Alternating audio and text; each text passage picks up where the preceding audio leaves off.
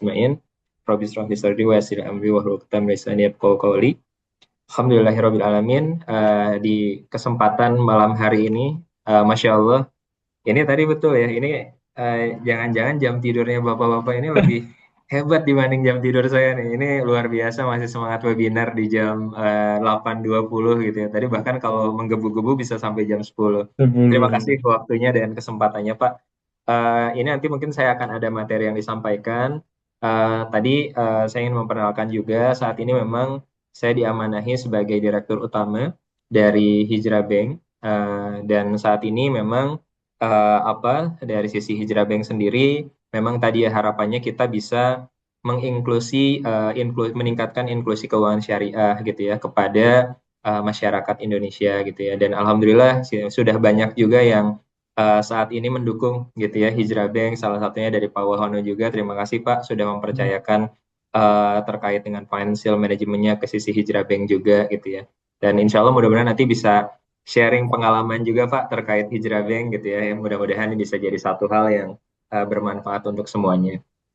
Eh, Lalu tadi mungkin terkait pengalaman, memang sekarang saya di Hijrah Bank, sebelum di Hijrah Bank saya juga mungkin sudah pernah di perbankan, di financial technology juga, di peer-to-peer lending yang syariah juga pernah, lalu pernah juga di non sektor keuangan gitu ya, dan saya juga pernah di tahun 2022, 2023, kebetulan waktu itu masih bagian dari Hijrah Group, itu punya namanya program Arkom Business Accelerator, Pak. Jadi memang waktu itu ya banyak menemukan bagaimana pola-pola bisnis yang sifatnya dalam permodalannya itu berbasis kepercayaan, Pak. Kepercayaan kepada teman dan lain-lain. Dan mungkin nanti saya bisa sharing bagaimana saat mereka menjalankan bisnis itu, meskipun polanya kepercayaan, tapi berjalan baik. Dan nanti tadi disampaikan oleh pagi tadi awal, bagaimana misalkan jika terjadi perselisihan atau ternyata terjadi risiko tertentu, bagaimana memitigasinya dan lain-lain, itu juga mungkin nanti saya lebih banyak cerita di sana.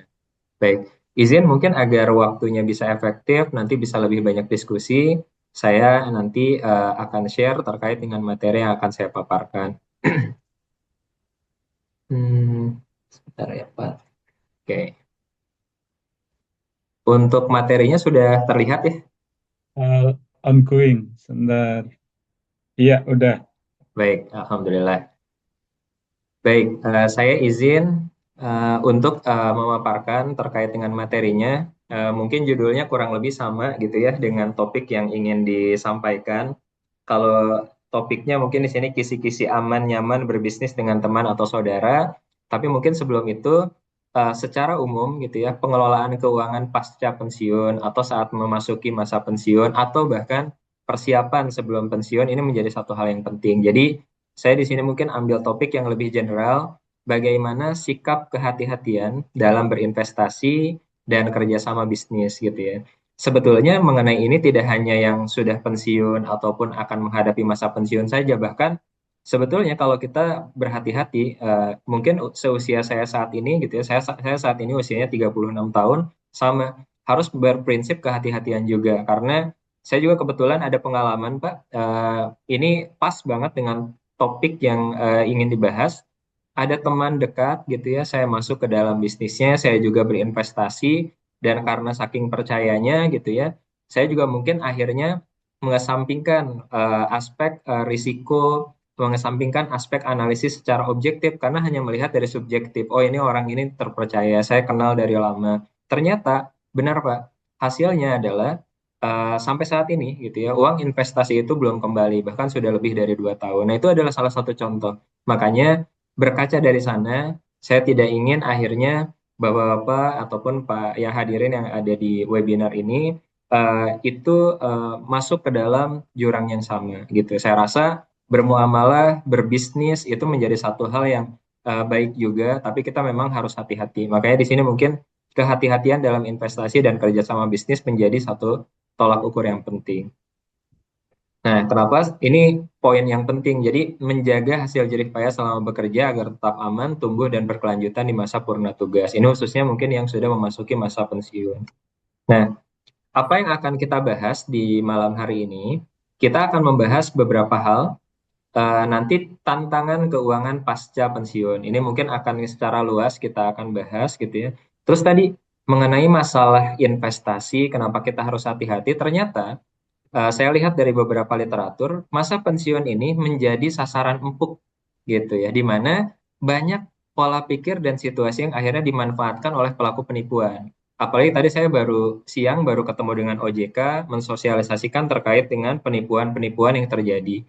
Dan penipuan itu kalau kita nilai secara apa materi di Indonesia dikalkulasikan hampir triliunan nilainya gitu yang sudah mengalami kasus penipuan dan lain-lain. Nah, ini bahkan memang yang lebih banyak terdampak adalah memang di usia-usia yang memang menjadi pola ini adalah dari sisi mungkin cukup rentan gitu ya secara usia. Nah, ini masa pensiunan ini menjadi beberapa part yang menjadi sasaran empuk gitu. Nah, terus nanti kita akan berkaca kepada prinsipnya saat mau melakukan kerjasama, bisnis ataupun investasi.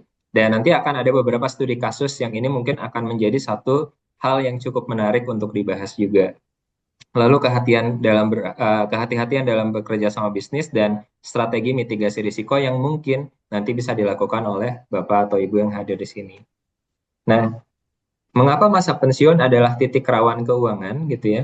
Karena memang kalau kita bisa bicara gitu, masa pensiun ini bisa dikatakan adalah masa-masa yang memang secara keuangan harusnya saat kita sudah melakukan kerja dengan efektif selama masa kerja kita dengan optimal gitu ya. Maka akan ada yang namanya di masa pensiun ini mendapat manfaat pensiun gitu ya. Lalu, tapi memang ada risiko lain, di mana mungkin penghasilan rutin bulanan, mungkin ada pensiunan dan lain-lain, tapi pasti berbeda gitu ya, secara materi yang diterima saat kita sedang produktif atau saat kita masih bekerja gitu. Nah, di satu sisi ternyata waktu luang yang bertambah ini juga malah menjadi risiko juga gitu.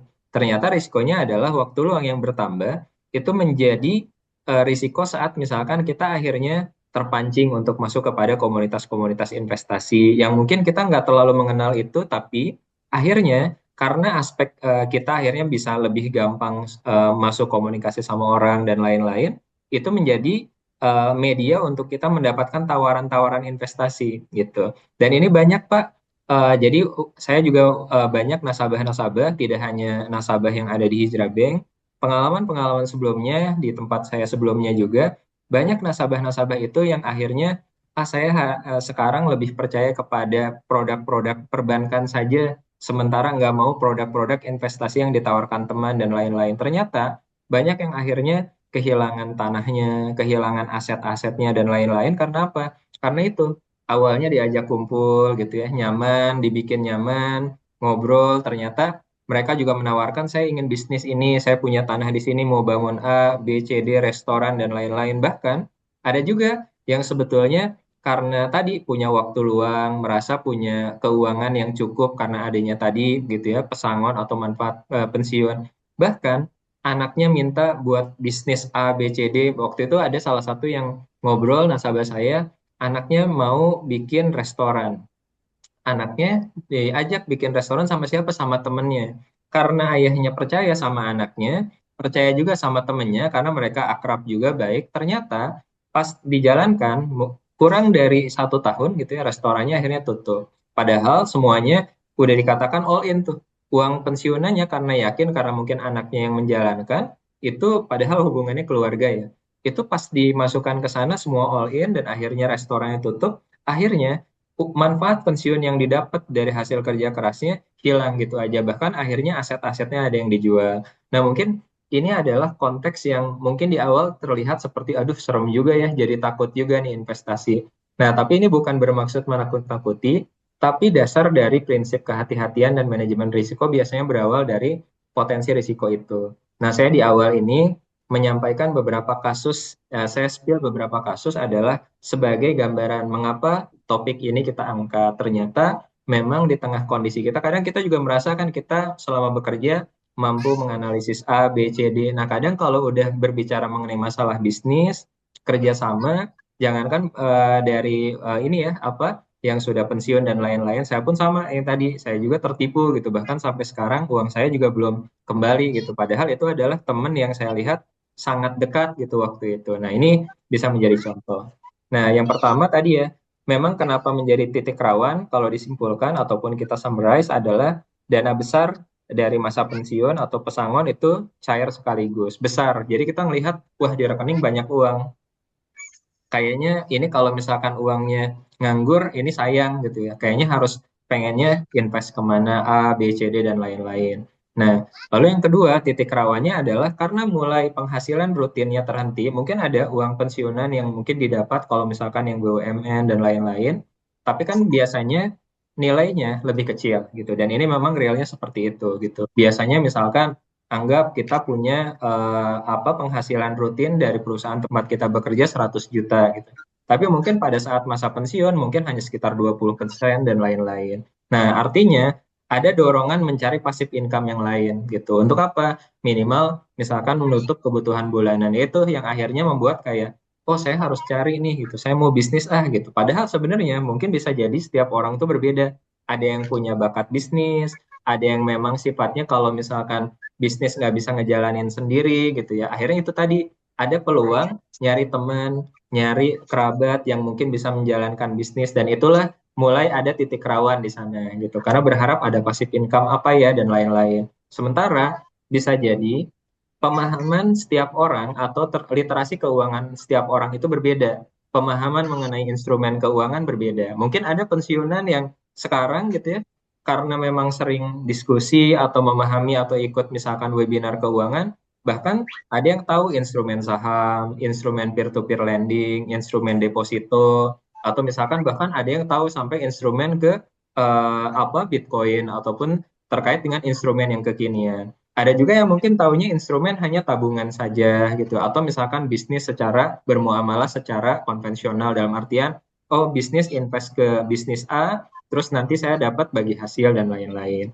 Nah itu yang mungkin menjadi konteks di mana masa pensiun adalah titik rawan keuangan.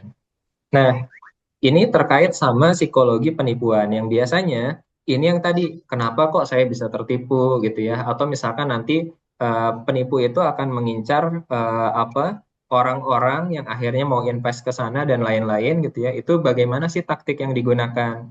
Nah, ini sama Pak. Jadi kenapa saya tulis di sini? Karena ini literally sama dengan apa yang saya alami. Pertama, iming-iming imbal hasil tetap dan tinggi gitu. Janji bunga atau margin atau profit 5-10% per bulan, jauh di atas rata-rata pasar. Deposito aja Pak, rata-rata 5-6% per tahun. Obligasi negara aja rata-rata 6-7% per tahun. Nah ini 5-10% per bulan gitu. Nah nanti pokoknya Pak, kalau udah ngelihat ada instrumen yang bentuknya kayak gini, meskipun dari teman, dari kerabat, atau yang kita kenal, atau dari kolega gitu ya, itu harus hati-hati.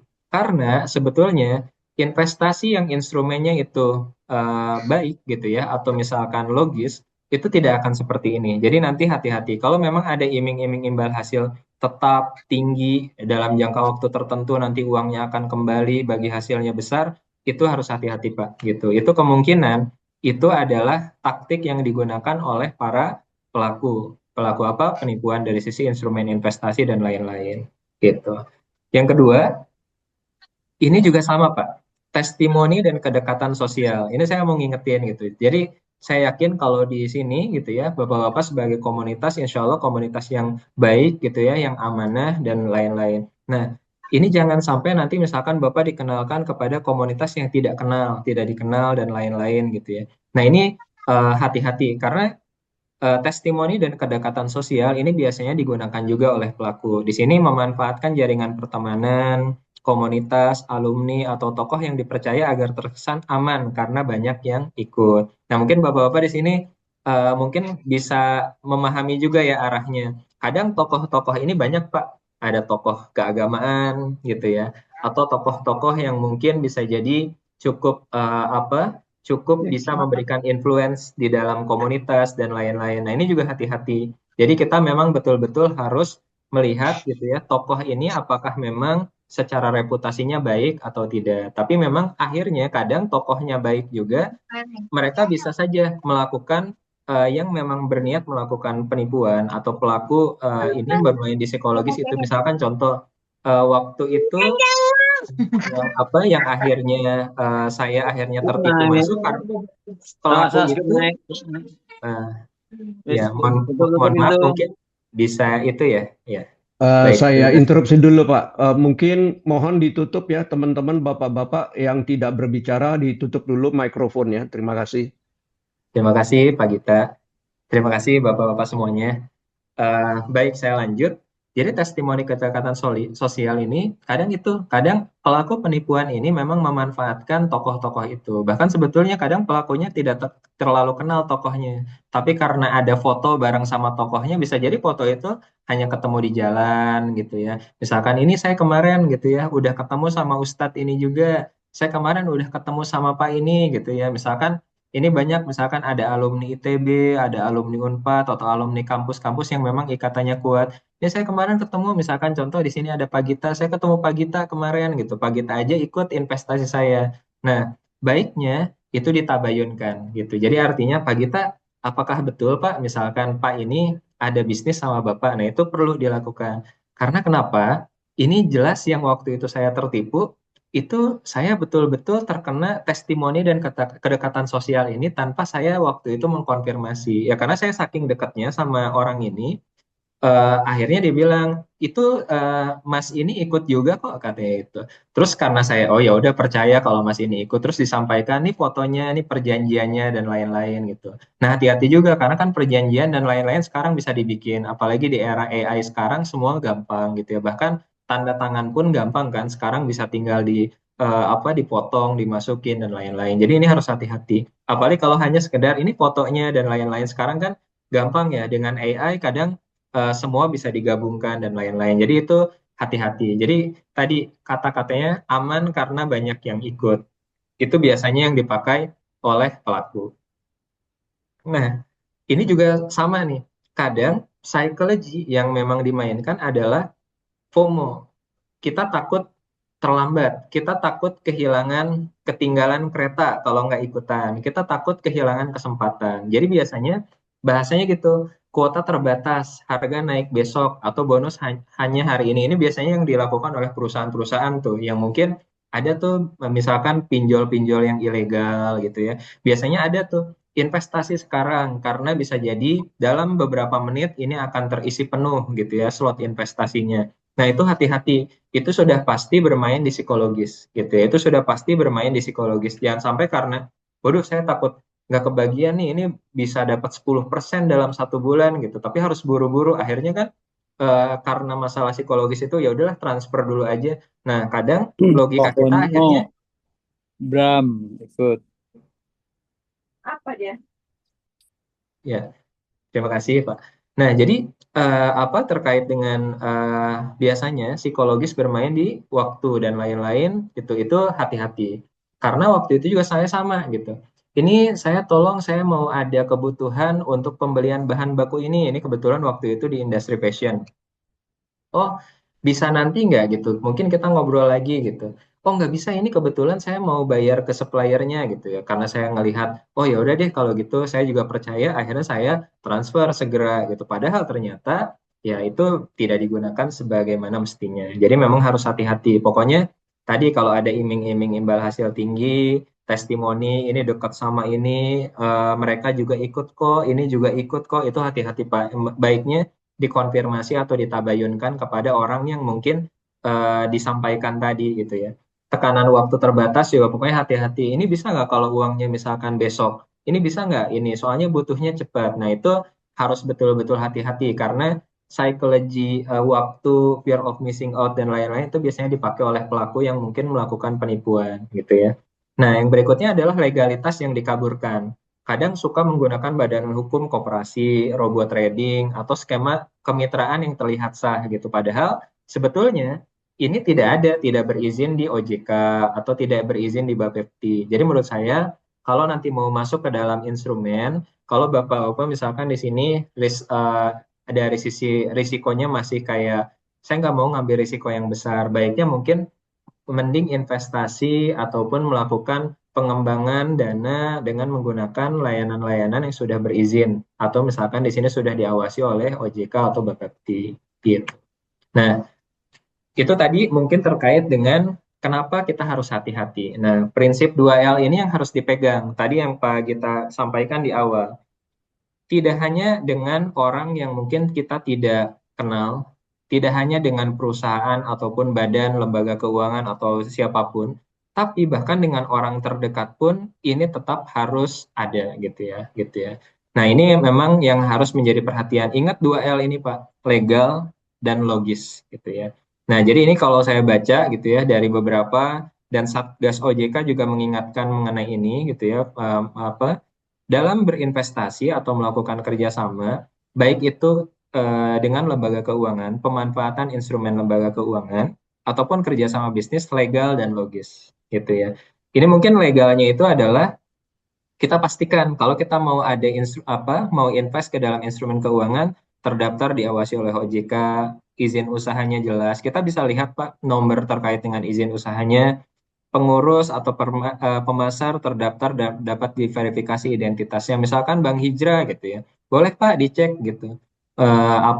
Nizar itu siapa gitu ya. Ini benar atau enggak gitu ya. Udah fit and proper atau belum kalaupun menawarkan gitu. Bank Hijrah ini izinnya apa, kapan mendapatkan izin dari OJK, diawasi atau tidak gitu ya, dijamin oleh LPS atau tidak gitu ya.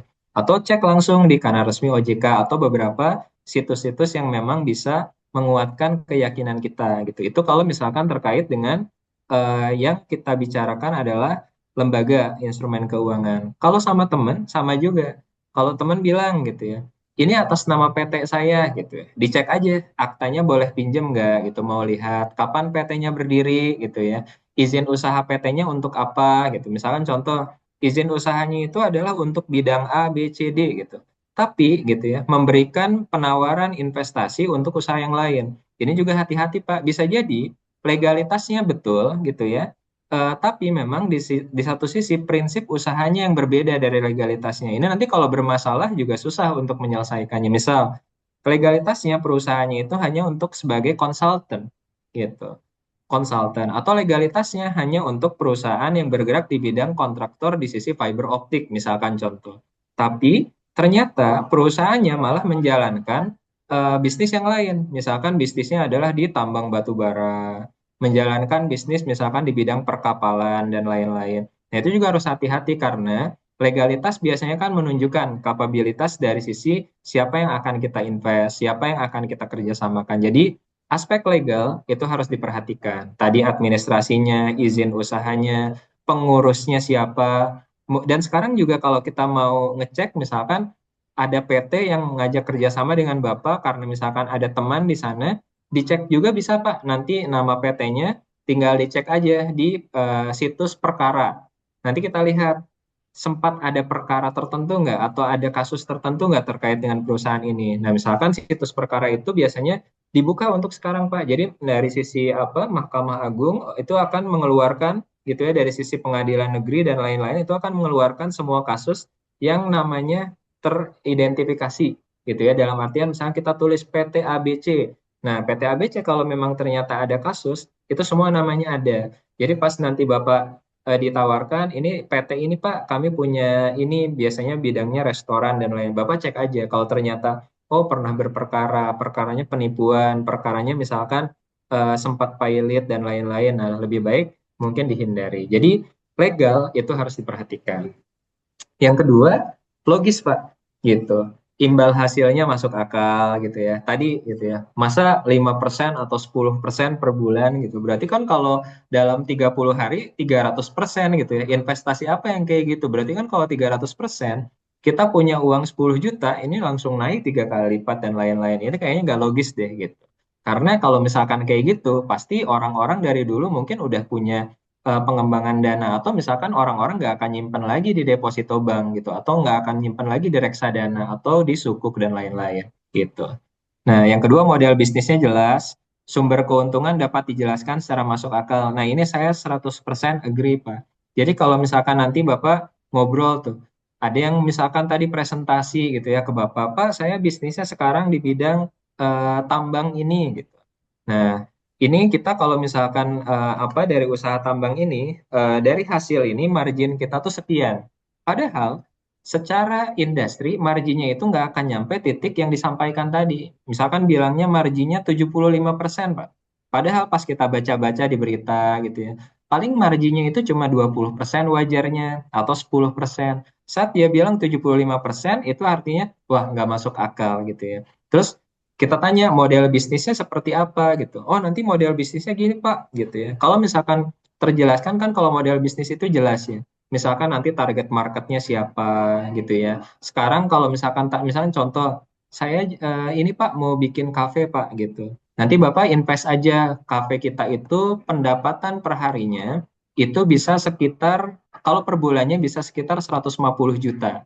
Per harinya itu berarti sekitaran di 5 juta, 6 juta Pak gitu. Bapak tinggal tanya, emang nanti siapa sasaran dari sisi kafe ini? Mahasiswa kah? Atau misalkan orang sekitar lingkungan itu kah? Atau misalkan masyarakat umum?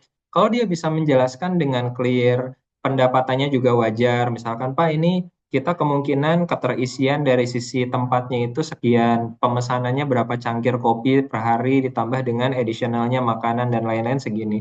Nah, itu masih jelas menurut Bapak, berarti masuk logika, itu mungkin masih bisa dipertimbangkan. Tapi kalau misalkan, Pak, saya buka kafe gitu, nanti pendapatan per bulannya 1 miliar, Pak, gitu. Kafe apa yang pendapatannya 1 miliar gitu? Kita tanya, emang berapa cangkir yang terjual, berapa banyak cup yang terjual dan lain-lain gitu. Ya pokoknya 1 miliar Pak, saya udah proyeksiin, tapi tidak bisa dijelaskan dengan clear. Nah itu harus hati-hati.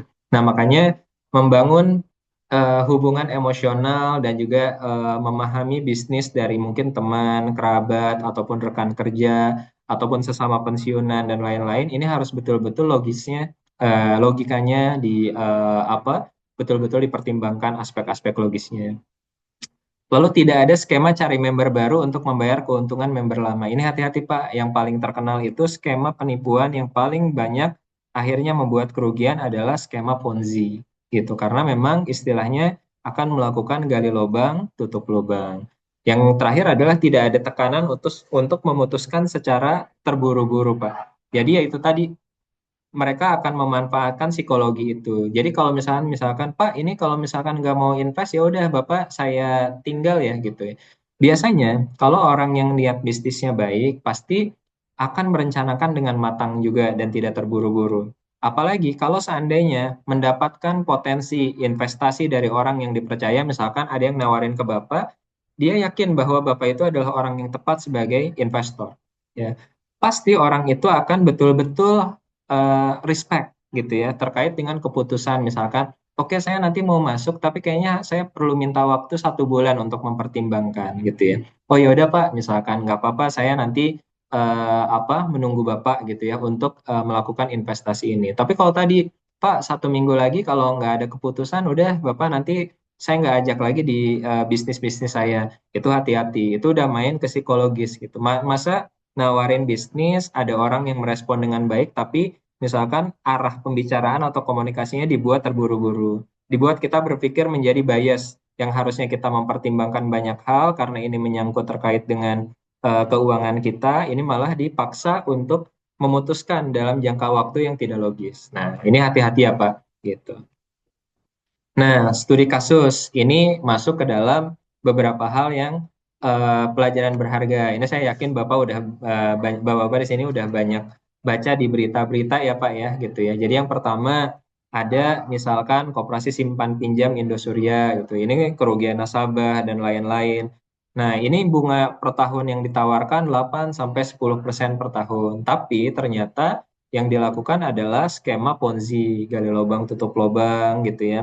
Nah, lalu ini koperasi kan nggak di bawah pengawasan OJK gitu, nggak terlalu ketat gitu ya. Nah, akhirnya celah pengawasan ini dimanfaatkan gitu ya. Nah, jadi kita harus lihat mungkin di pelajarannya bunga tetap jauh di atas deposito bank biasanya tanda bahaya utama bukan daya tarik. Kenapa patokannya deposito bank gitu? Ya kita lihat bank ini biasanya menjadi satu lembaga keuangan yang memang terregulasi dengan baik, high regulated. Biasanya bank nggak akan apa serta-merta mengeluarkan produk tanpa pertimbangan karena bagaimanapun diawasi OJK dan juga harus memperhatikan aspek pelindungan konsumen. Jadi bank akan tetap hati-hati sehingga patokannya adalah kalau misalkan ada yang kurang logik gitu ya memberikan bagi hasil dan lain-lain itu kita harus perhatikan gitu ya dan menjadi pertimbangan khusus. Yang kedua, hati-hati juga. Kadang sekarang itu gitu ya, mungkin ada yang membuat bapak-bapak di sini tertarik karena mengangkat konsep teknologi. Pak, ini Pak, robot trading. Bapak tinggal taruh uangnya aja, nanti uangnya akan dialokasikan ke instrumen-instrumen yang cocok untuk Bapak gitu. Nanti sebagian dimasukkan ke sini, ke sini, ke sini dan lain-lain. Intinya keuntungan nanti udah jelas Pak gitu. Keuntungan minimalnya segini gitu dan lain-lain. Ini hati-hati karena banyak yang memang mengangkat atau mengusung teknologi atau istilah canggih untuk mengelabui. Seakan kan, oh ini teknologinya benar-benar canggih, secara keamanan sistemnya juga kuat dan lain-lain. Tapi ternyata banyak yang sebetulnya tidak diawasi OJK, tidak masuk ke Bapepti dan lain-lain. Sehingga ini yang nanti yang mungkin akan menjadi isu Pak gitu ya. Nah, jadi hati-hati. Jadi apa yang memang harus dilakukan? Yang pertama, yang seharusnya dilakukan adalah tadi cek legalitas, bandingkan janji imbal hasil, logis atau enggak, minta dokumen perjanjian tertulis dan dipahami. Biasanya ini, kalau yang legal itu pasti dokumen perjanjian tertulisnya mudah dipahami dan logik. Misalkan jika terjadi perselisihan, maka nanti diselesaikan di pengadilan gitu. Kalau syariah biasanya pengadilan agama juga dan lain-lain gitu ya. Nah, pastikan Pak ini Pak poin yang penting, diskusikan dengan keluarga atau penasihat keuangan sebelum memutuskan apapun gitu ya. Karena ini yang terpenting Pak. Jadi sehingga nanti apalagi kalau misalkan Bapak setiap keputusan keuangan didiskusikan dengan pasangan dan lain-lain itu lebih nyaman. Karena apa? Karena bisa jadi kan nanti kalaupun terjadi apa-apa dan lain-lain gitu ya. Itu nanti semuanya tahu risikonya gitu dan mungkin nanti bisa sama-sama melakukan apa pencarian solusi atau mitigasi risikonya nanti seperti apa gitu. Oke, baik saya izin lanjut. Nah, ini mungkin yang materi yang terpenting adalah pola yang terbukti lebih aman untuk dana pensiun gitu ya. Jadi memang kalau pola yang terbukti lebih aman adalah pensiunan yang berhasil menjaga nilai dana pensiunnya umumnya menerapkan pola berikut. Bukan produk tertentu melainkan cara mengambil keputusannya. Misalkan diversifikasi instrumen resmi. Ya, saya rasa istilah jangan taruh semua telur dalam satu bucket itu menjadi hal yang penting karena kalau misalnya ditaruh dalam satu bucket pecah-pecah semua kita nggak bisa dapat apa-apa gitu ya. Nah, diversifikasi instrumen resmi, membagi dana ada yang ke deposito bank gitu ya. Kalau Bapak tahu instrumen lain misalkan sukuk gitu ya ataupun obligasi dan lain-lain atau reksadana itu bisa. Jadi dipecah-pecah. Tapi nggak semua juga uang Bapak dialokasikan ke sini gitu. Pilih yang Bapak misalkan lebih nyaman kalau di deposito karena kan misalkan ada jaminan dari LPS juga kalau di perbankan. Bagi hasilnya juga misalkan kalau masuk ke syariah itu tetap dijamin LPS kalaupun misalkan bagi hasilnya cukup tinggi karena memang aturan di LPS sejauh memang tercatat di pembukuan bank lalu terkait dengan batasan 2 miliar mau bagi hasilnya berapapun tetap dijamin LPS. Tapi intinya Bapak harus memahami itu. Kalau seandainya Bapak-bapak di sini misalkan ada keraguan boleh konsul gitu ya sama orang banknya gitu ya dan lain-lain. Begitupun kalau mau ke instrumen yang lain gitu. Pastikan misalkan nanti ngobrol sama pialangnya, ngobrol sama misalkan brokernya dan lain-lain gitu ya. Nah, yang kedua adalah verifikasi sebelum menempatkan dana. Pastikan apakah memang tadi kalau penempatannya ke lembaga keuangan berizin atau bukan. Kalau seandainya tadi surat berharga siapa penerbitnya resmi atau tidak, wajar atau tidak gitu ya. Nah, ini pun sama hati-hati. Kalaupun misalkan yang nawarin adalah kerabat ataupun kenalan, hati-hati juga. Kita tanyakan, ini udah berizin atau enggak gitu ya. Nanti aman atau enggak gitu. Kalau misalkan dari sisi kenalannya bisa menyampaikan dengan baik, bisa menyampaikan, oh iya ini berizin, ini license-nya, ini aturan ininya dan lain-lain, itu mungkin bisa dipertimbangkan. Yang ketiga adalah menyisakan dana darurat yang liquid. Kan ini kalau misalkan dari teori terkait dengan financial management, saya yakin di sini pasti mungkin bapak-bapak udah menerapkan lebih awal bahkan dibanding saya gitu ya. Menjaga agar kita memiliki cash flow yang memang bisa memenuhi kebutuhan hidup dalam 6 sampai 12 bulan, amannya seperti itu gitu. Jadi memang kalau bisa punya free cash flow 6 sampai 12 bulan dan ini memang menjadi salah satu prinsip yang biasanya oleh para pakar keuangan pun seperti itu gitu. Intinya kalau kita misalkan nanti ada apa-apa minimal selama 6 sampai 12 bulan artinya kita bisa memenuhi kebutuhan kita gitu ya. Nah, ini bentuknya biasanya dalam bentuk tunai, ada yang taruh misalkan di brankas, kalau misalkan mau apa diamankan sebagian gitu ya. Ada yang memang misalkan dalam bentuk tabungan di bank gitu ya dan lain-lain. Jadi intinya tetap harus ada menyisakan dana darurat yang liquid karena likuiditas itu is a king di zaman sekarang. Apalagi kalau misalkan nanti bapak-bapak di pensiunan, karena kita nggak tahu juga kan gitu apa yang terjadi. Mungkin kita bisa jadi perlu dana untuk berobat dan lain-lain gitu. Makanya harus tetap dijaga. Apalagi kalau misalkan Bapak masih punya anak-anak yang aktif gitu ya, sekolah, aktif kuliah dan lain-lain itu dana pendidikan dan lain-lain itu harus betul-betul dijaga juga tadi. Misalkan bisa dimasukkan ke dalam instrumen yang tadi buat jaga-jaga cash flow ke depan, ada yang dalam bentuk tabungan, ada juga tadi sebagian dalam bentuk deposito biar dananya berkembang. Nanti dari bagi hasilnya misalkan bisa dimanfaatkan untuk kebutuhan tadi mendesak gitu, pendidikan atau kesehatan dan lain-lain.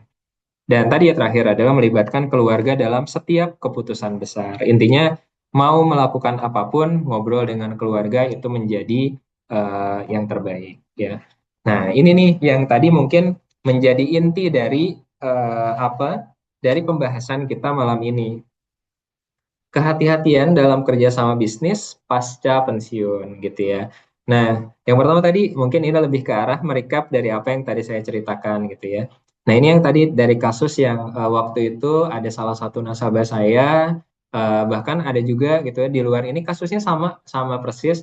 Orang tua saya sempat ngobrol gitu, ada temennya yang memang waktu itu uang pensiunnya diinvest semua ke bisnis anaknya gitu. Karena yakin anaknya kan udah dikuliahin gitu ya, bisnis manajemen dan lain-lain. Anaknya juga cukup meyakinkan saat membuat proposal bisnisnya dan lain-lain gitu. Ya udah karena percaya anaknya mungkin punya bakat bisnis, anaknya juga berbisnis dengan mitra yang tepat dan bisnisnya juga cukup logik gitu ya. Akhirnya all in, semua uang pensiunnya, uang pesangonnya ditanam di satu usaha gitu. Nah, tidak menyisakan dana cadangan karena berharap memang dari bisnis atau usaha itu karena saking sayangnya sama anaknya gitu ya, ya udah all in aja nanti kan akan dapat bulanan gitu. Bisa jadi awal-awal karena pas baru launching kan banyak promo dan lain-lain bisnisnya baik, tapi setelah itu betul-betul akhirnya bisnisnya tadi kurang dari 1 tahun tutup.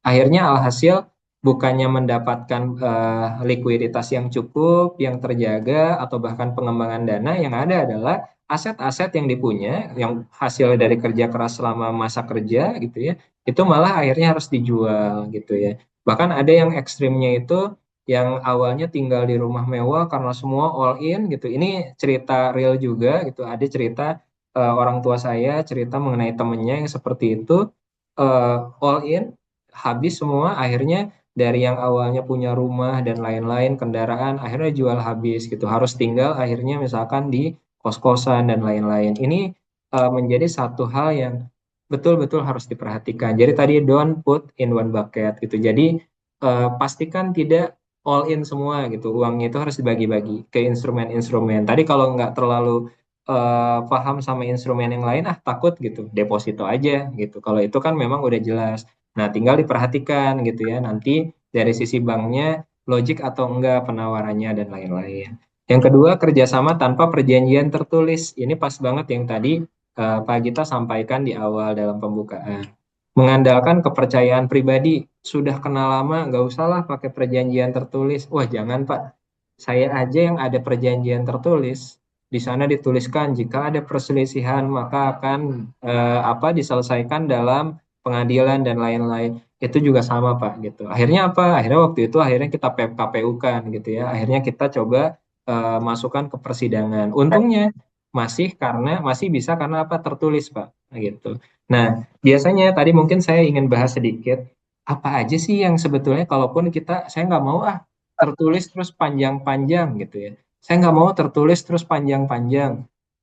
Nah, yang mungkin bisa dimasukkan gitu ya. Yang pertama adalah terkait dengan yang dimasukkan ruang lingkupnya itu adalah pertama, ruang lingkup kerjasamanya seperti apa. Bapak kalau seandainya kerjasamanya berbasis project atau berbasis objek pembiayaan tertentu disebutkan Pak detail.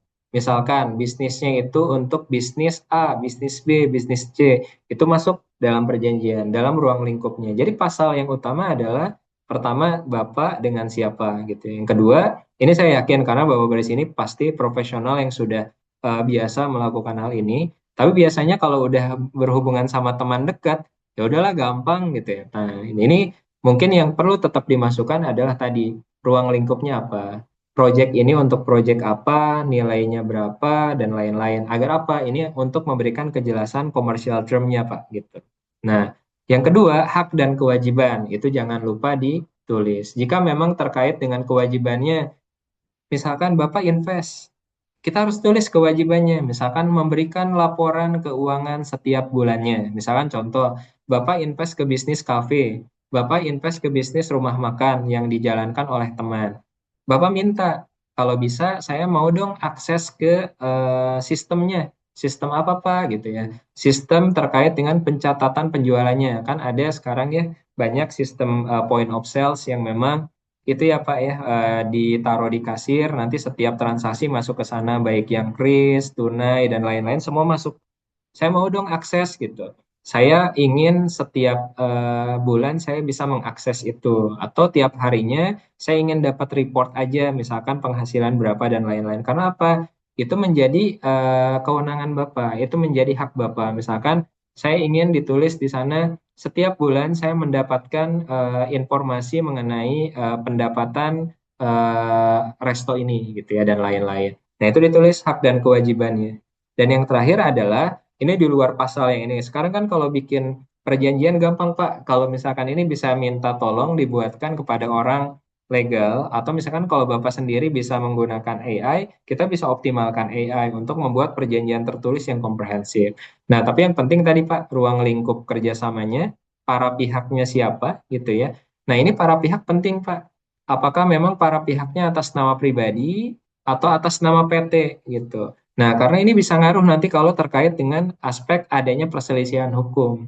Kalau pribadi, berarti kan ini hubungan kita dengan pribadinya. Saat nanti ternyata pribadi ini melakukan penipuan, kita sebetulnya bisa memperkarakan atas nama pribadi ini, gitu. Tapi kalau misalkan nanti atas nama PT, gitu ya, nah itu biasanya cukup lebih sulit, gitu ya. Karena memang nanti kalau atas nama PT, kalaupun nanti PT ini melakukan penipuan kepada beberapa pihak, misalkan contoh Pak, gitu ya.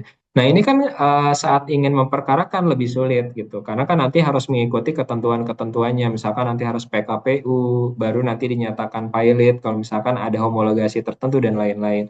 Nah, ini harus hati-hati Pak gitu. Nah, terakhir adalah jika terjadi perselisihan, bagaimana penyelesaiannya?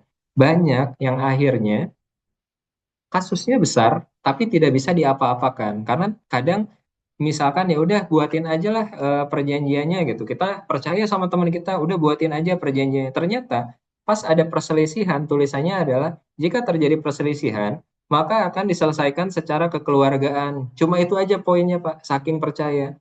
Nah, kita menyesalnya pas akhirnya, pas di akhir tuh, Pak, pas terjadi one prestasi.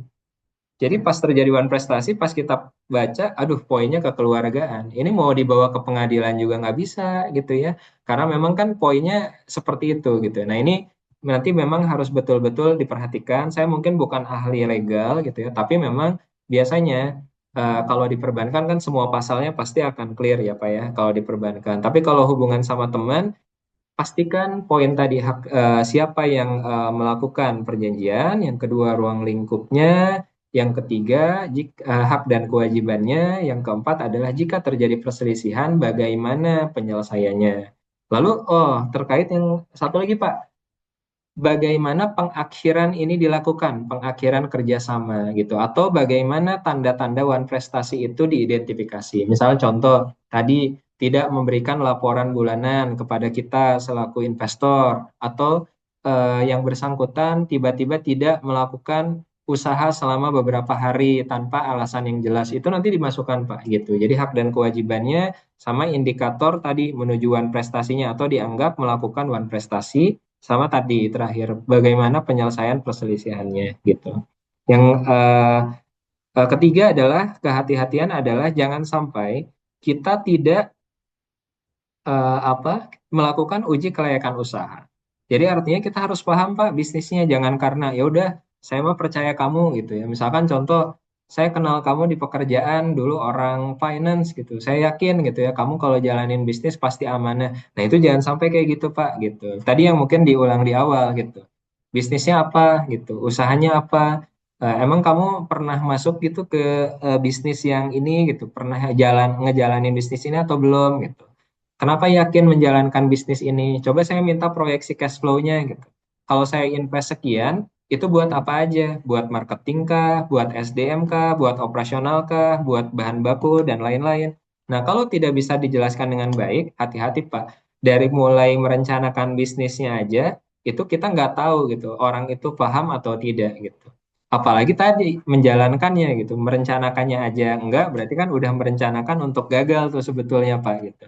Nah, kalau orang yang betul-betul memahami mau bisnis apa dan lain-lain itu pasti bisa menjelaskan. Kan pasti setiap orang mau menjalankan itu sama Pak gitu, sama kayak orang mau interview kerja pasti saat mau kerja di sana orang itu bisa bilang kompetensinya apa, apa yang akan dilakukan dan lain-lain. Jadi ini nggak apa-apa Pak, mendingan ngobrol, caranya bisa santai gitu ya, nanti dengan teman bisa sambil golf, bisa sambil ngopi, bisa sambil olahraga padel, atau bisa sambil jalan santai. Tapi pas misalkan ada teman yang ngajakin ini, ajak Pak ngobrol yang lebih dalam gitu. Emang usahanya gimana, cash flow projection-nya nanti gimana gitu, bagi hasilnya gimana ya gitu.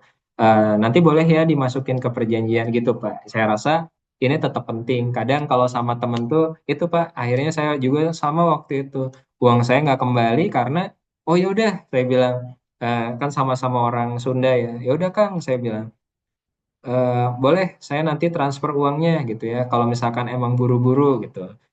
Apa akhirnya besoknya saya langsung transfer kan gitu. Ya udah setelah itu tuh malah udah mulai ada tanda-tandawan prestasi Pak, agak susah dihubungi gitu ya dan lain-lain. Nah, makanya kadang faktor-faktor ini tuh tidak hanya mengenai masalah logika tadi, logika penting, tapi guts juga kadang harus bermain. Kalau Bapak melihat ada kecurigaan atau ada gelagat-gelagat yang kurang pas, lebih baik sih saya rasa mendingan kita hindari. Nah, jadi yang terakhir adalah menjadi investor pasif yang tanpa kendali, menyerahkan sepenuhnya pengelolaan kepada mitra tanpa laporan atau hak pengawasan yang jelas. Nah gitu Pak. Jadi kalau bisa memang tidak hanya berharap pasif income, tapi saat nanti mau melakukan kerjasama gitu, meskipun Bapak hanya sebagai sohibul mal atau pemilik dana, mudoribnya atau yang akan melakukan pengelolaan gitu ya dari apa usaha adalah teman Bapak, Bapak tetap harus melakukan pengawasan. Sama halnya ini dengan hubungan apa kemitraan kan gitu ya, melakukan hubungan kemitraan mudaroba, musyarakah atau bersirkah gitu ya. Itu penting Pak. Jadi lakukan komunikasi. Jadi jangan sungkan karena teman kayak, gimana penjualan hari ini rame nggak gitu. Apa yang bisa saya bantu? Nah itu menurut saya adalah hal yang baik Pak gitu saat nanti misalkan melakukan kerjasama. Sebelum menandatangani kerjasama bisnis, pastikan beberapa hal ini. Mungkin ini nggak sepenuhnya berlaku ini apa ya, jadi pakem. Tapi biasanya ini yang mungkin ada poin-poin yang kita selalu pikirkan. Batasi modal maksimum gitu ya. Jadi jangan semua tuh Pak, jangan all in ya. Mungkin ya udahlah 10% lah dari dana pensiun gitu. Jadi kalaupun nanti ternyata ada apa-apa, kita masih punya 90% lainnya untuk bisa kita manfaatkan atau kita simpan sebagai cadangan likuiditas kita.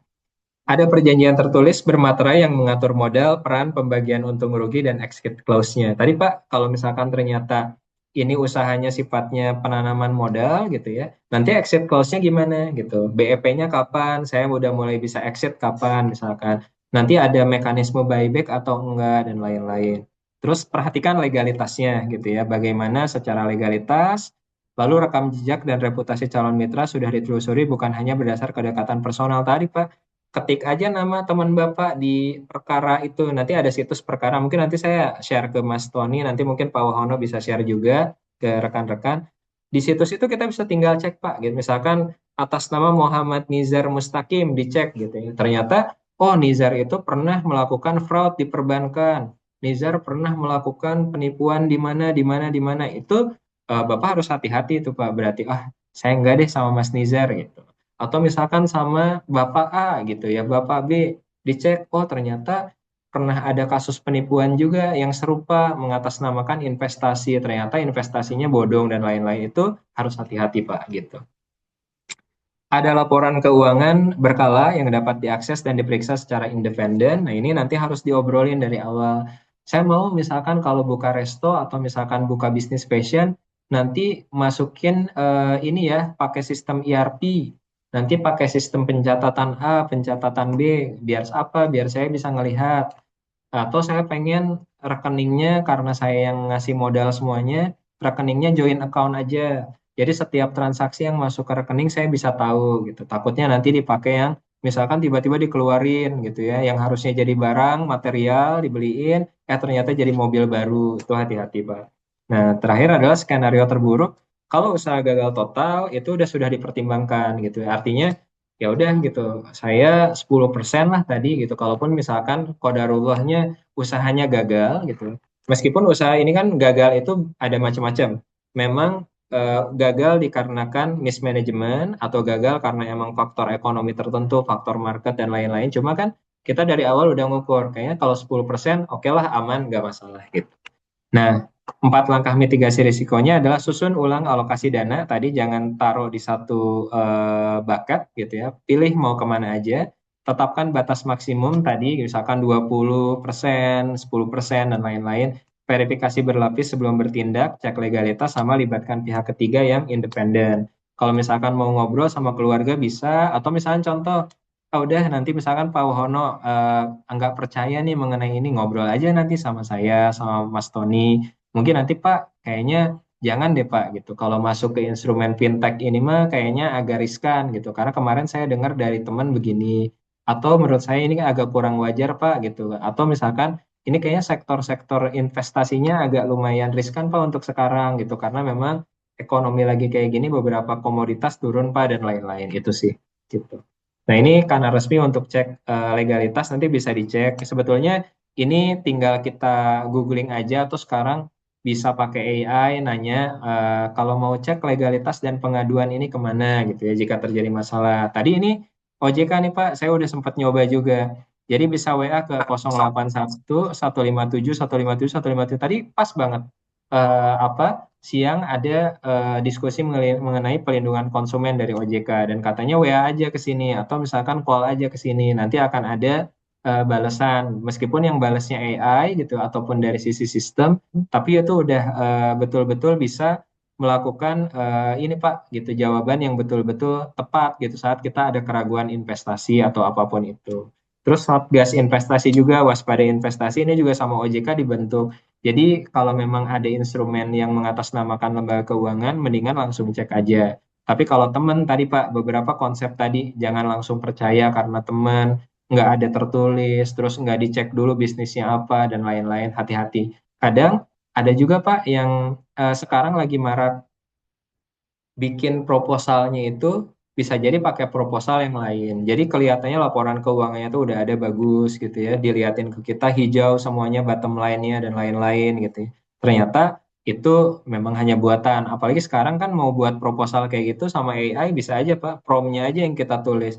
Tolong buat bisnis ini di mana laporannya misalkan menggunakan laporan yang seakan asli gitu ya, ada invoice-nya, ada misalkan notanya dan lain-lain dibikin sedemikian rupa atas nama PT ini. Itu bisa tuh Pak, dibikin seakan betul punya kontrak dari Pertamina kerjaannya, seakan punya kontrak dari mana, eh, terus ada kop suratnya. Itu pernah saya lakukan Pak di apa? Di AI dan itu ternyata betul-betul sangat mirip gitu. Bahkan kalau kita nggak teliti gitu, apakah itu asli atau enggak, atau kita tidak melakukan analisis detail, itu karena kalau misalkan teman yang ngobrol dengan menyodorkan dokumen itu kita bisa jadi ketipu Pak. Jadi logikanya mungkin nanti tetap harus kita mainkan di sana.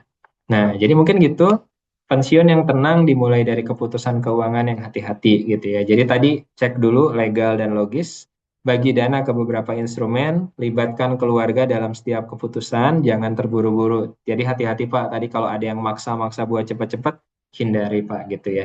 Nah, kalau kami mungkin sekarang di Hijrah Bank ini tadi ya, nanti mungkin akan dijelaskan ada testimoni dari Pak Wahono, ada mungkin penjelasan tambahan dari Mas Tony ini yang kita sampaikan gitu ya. Di Hijrah Bank itu bisa apa aja. Mungkin ini kayak misalkan, oh ada deposito gitu ya, setara sekian persen per tahun. Tapi apakah ini wajar atau enggak ya gitu ya? Oh, tapi di sini kan ada tulisannya Pak gitu, berizin dan diawasi oleh Otoritas Jasa Keuangan, Bank Indonesia dan ini merupakan peserta penjamin lembaga penjamin simpanan. Nah, kalau udah kayak gini minimal Bapak lebih tenang gitu ya. Ini juga ada di App Store, Google Store, nanti dicek, oh iya ini aplikasinya juga valid gitu ya, Instagramnya dicek gitu. Dan kalau nggak misalkan agak apa masih ragu, tadi cek Pak ke OJK, betul nggak Hijrah Bank ini diawasi atau di ini OJK gitu. Oh iya, gimana ya kondisinya dan lain-lain gitu Pak. Jadi, oh iya betul ini diawasi dan berizin OJK betul. Kayak gitu-gitu Pak. Mungkin dari saya itu mohon maaf apa materinya jika terlalu panjang, tapi mudah-mudahan apa yang saya sampaikan tidak bermaksud menggurui, ini hanya sharing pengalaman dan saya yakin ya ini kalau berbicara mengenai masalah profesionalisme, bapak-bapak yang hadir di sini ini adalah para profesionalisme senior ya, bahkan jauh senior dibanding saya, tapi memang mengenai keuangan sama Pak, karena saya juga mengalami hal itu dan sampai saat ini juga akhirnya mau nggak mau harus menelan pil pahit karena tadi Pak kurang hati-hati.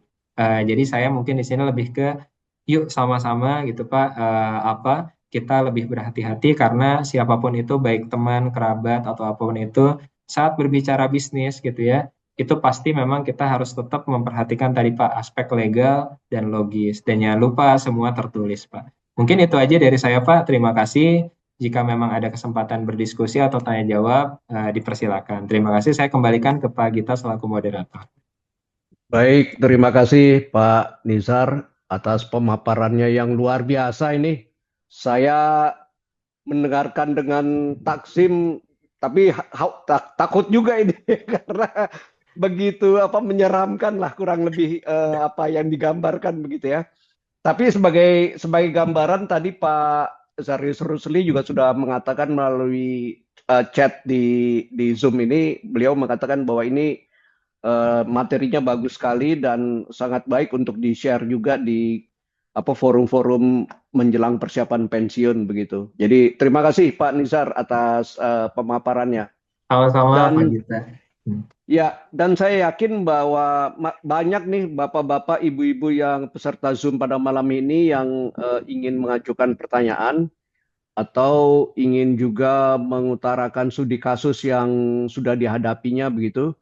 Jadi untuk sekarang ini kami persilahkan saja kepada Bapak dan Ibu peserta webinar apabila ada yang ingin ditanyakan silakan untuk mengajukan pertanyaannya ataupun kalau nanti banyak ya silakan raise hand dulu begitu. Baik. Silakan, kami persilakan. Pak izin sebelum itu saya izin ke toilet sebentar ya Pak, 1-2 menit. Oh baik, Sebentar ya Pak ya. baik. Silakan Pak, silakan. Ya, jadi sambil menunggu Pak Nizar, mungkin ada dari siapa teman-teman semua, bapak-bapak, ibu-ibu yang ingin mengajukan pertanyaan supaya nanti kita tidak menunggu-nunggu lagi.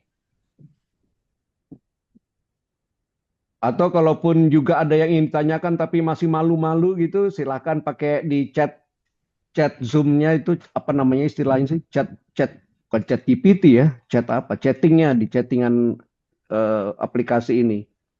Silakan aja.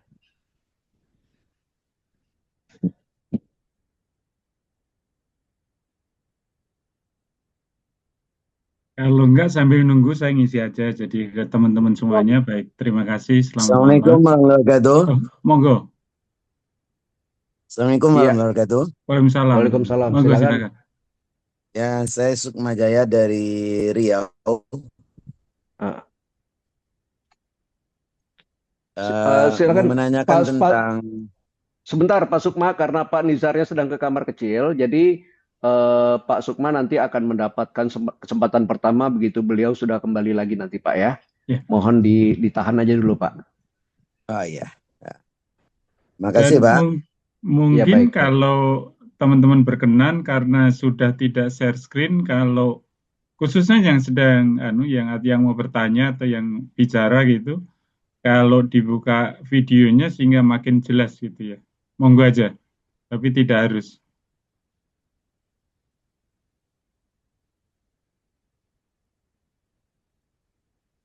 Dan juga sebagai informasi, saya juga sudah sudah komunikasi dengan sekretaris HPC ini. Karena ini kalau saya tidak salah direkam, jadi mungkin nanti bisa kita upload juga ke YouTube Oke, begitu HPC. untuk bisa didengar kembali bagi yang mereka belum ikut pada malam hari ini. Ya. Alhamdulillah Pak Nizar udah masuk lagi. Mohon maaf, Monggo. ya. Ya, Silakan. oke. Baik, kalau gitu Pak Sukma silakan disampaikan pertanyaannya karena beliau sudah kembali. Terima kasih. Eh, Assalamualaikum warahmatullahi wabarakatuh. Waalaikumsalam. Waalaikumsalam. Saya mau nanyakan di Facebook itu sekarang banyak tawaran-tawaran investasi untuk termasuk kepada orang yang pensiun, yang sudah pensiun ataupun yang sudah pensiun atau dan akan pensiun. Yang pertama itu yang saya tengok itu investasi emas antam itu gitu, emas antam.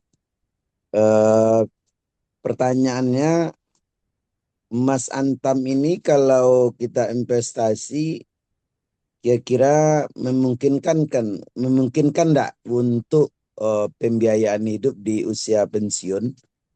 Seandainya kita investasi itu jangka singkat, katakanlah gitu 1 tahun atau 2 tahun, itu memungkinkan enggak membuahkan hasil?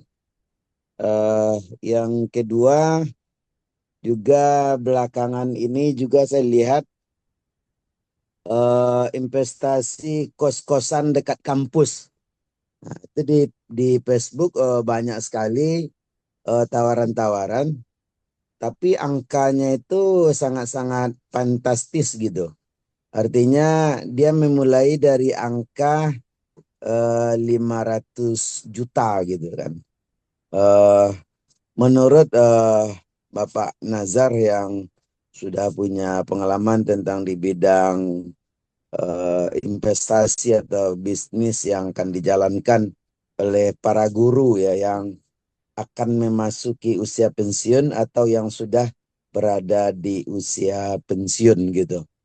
Jadi barangkali untuk sementara itu dulu dua hal itu yang perlu saya tanyakan.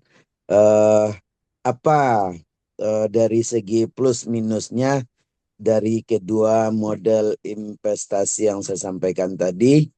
Kemudian investasi yang terlalu besar kayak tadi, yaitu kos-kosan yang saya lihat baru berkembang ini baru 1-2 bulan ini yang saya lihat. Itu investasi kos-kosan itu yang mulai dari angka 500 juta. Bahkan saya pernah coba pancing untuk masuk dari Facebook itu ke WA mereka. Itu bahkan mereka nawarkan itu sampai 800 juta gitu. Menurut Bapak yang mengerti tentang dunia bisnis ya, gimana baiknya bagi kami yang akan pensiun ini untuk menaruh pundi-pundi yang bisa dinikmati di usia pensiun. Demikian saja penjelasannya agak panjang kali. Yang penting saya menanyakan dua hal itu. Mudah-mudahan kita semuanya dapat tercerahkan dari pertanyaan saya ini. Assalamualaikum warahmatullahi wabarakatuh. Waalaikumsalam warahmatullahi wabarakatuh. Waalaikumsalam. Silakan Pak Nizar. Baik, Pak Gita, terima kasih. Tadi Pak, siapa Pak? Mohon maaf, Sukma Jaya. Pak Sukma. Ya, Pak Sukma. Terima kasih Pak pertanyaannya. Mungkin ini juga mewakili ya pertanyaan dari teman-teman juga yang mungkin main Facebook dan penasaran juga mungkin dengan informasi yang disampaikan di Facebook. Jadi tadi mungkin kalau saya catat di sini yang pertama soal di Facebook itu ada penawaran mengenai investasi emas. Mungkin saya jelaskan dulu yang sebelum masuk kos-kosan investasi emas. Jadi Pak, kalau investasi emas ini sebetulnya kalau kita bicara apakah ini potensial atau tidak, ini sebetulnya saya bisa sampaikan potensial iya Pak, tapi catatannya banyak gitu Pak. Nah, tadi kalau Bapak investasi untuk melakukan pengembangan dana dalam jangka waktu yang pendek dan memang dirasa lebih aman gitu ya secara aspek pengembaliannya bagi hasilnya. Saya rasa mungkin investasi emas ini harus dilihat dulu Pak. Bapak tipikal dalam melakukan investasi itu yang tipikal mau mengambil risiko gitu ya. Dan juga mungkin dari sisi uang yang dialokasikan untuk investasi emas itu seperti apa. Karena kenapa Pak? Karena biasanya kalau yang investasi emas itu biasanya sudah mau mengabsorb satu risiko Pak mengenai waktu. Karena emas itu biasanya mungkin nilainya akan diproyeksikan naik secara signifikan atau mungkin nilainya lebih baik dibandingkan saat kita membeli itu rata-rata di 3 sampai 5 tahun Pak. Gitu. 3 sampai 5 tahun. Nah, jadi kalau Bapak misalkan berharap, oh sekarang emas harganya lagi turun, gitu. Misalkan dari yang awalnya sempat kan naik ke 3,2 juta per gram, sekarang lagi turun di Ya. kisaran 2,6. Ah, ini momentum nih, saya mau beli emas yang banyak, gitu. Kalau misalkan Bapak tipenya adalah memang untuk investasi jangka panjang dan siap dengan segala misalkan apapun yang terjadi, fluktuasi yang terjadi, saya memang taruh emas itu untuk investasi. Untuk apa? Misalkan 3 tahun lagi anak saya ada yang mau lanjutin kuliah S2 ke luar negeri. Saya jaga-jaga di situ. Atau misalkan seperti apa? Kalau 3 sampai 5 tahun mungkin masih wajar, Pak. Tapi kalau tadi Bapak berharap dengan jangka waktu investasinya jangka waktu yang lebih pendek, sepertinya instrumen ini bukannya tidak baik atau tidak potensial, Pak. Tapi lebih kepada pas atau tidak dengan tadi Pak karakter investasi yang mungkin diharapkan gitu. Kalau jangka pendek lebih baik mungkin dicoba dulu Pak deposito jangka waktu 6 bulan yang mungkin nanti saat misalkan di break nilainya itu nggak berubah Pak. Minimal kalaupun bagi hasilnya nanti disesuaikan kalau bank syariah kan disesuaikan sama performa bank. Kalaupun bagi hasilnya ada naik turun tetap dapat bagi hasil Pak. Minimal pokoknya tetap ada gitu ya. Nah, itu mungkin yang harus diperhatikan. Karena kenapa Pak? Emas itu kan pertama selain jangka waktu, harus diperhatikan juga. Kadang nanti akan ada Pak biaya-biaya lain gitu saat misalkan mau melakukan penjualan dan lain-lain itu juga harus diperhatikan. Jadi kalau berbicara tadi investasi emas dan lain-lain, ini menurut saya tergantung risiko investasi yang mungkin kita bisa absorb. Kalau misalkan jangka waktunya yang diharapkan adalah mendapatkan pengembalian ataupun bagi hasil dalam jangka waktu pendek, mungkin agak kurang pas. Karena biasanya emas memang mungkin baru akan berkembang pada titik nilai yang mungkin diharapkan itu di 3 sampai 5 tahun, Pak. Ya, makanya kan banyak tuh Pak yang sebelumnya di tahun-tahun kemarin gitu ya 2005 2026 emas naik signifikan. Mungkin yang naruh di tahun 2020 saat Covid, nabung emas, investasi emas, itu yang baru meraup hasilnya, Pak. Gitu. Nah, tapi kalau sekarang kita 2026 beli emas berharap misalkan akhir 2026 atau 2027 dapat ini bisa jadi malah nanti nilainya menurun Pak emasnya. Yang sekarang beli 2,6 nanti malah ternyata 2,5 di akhir tahun atau 2,4.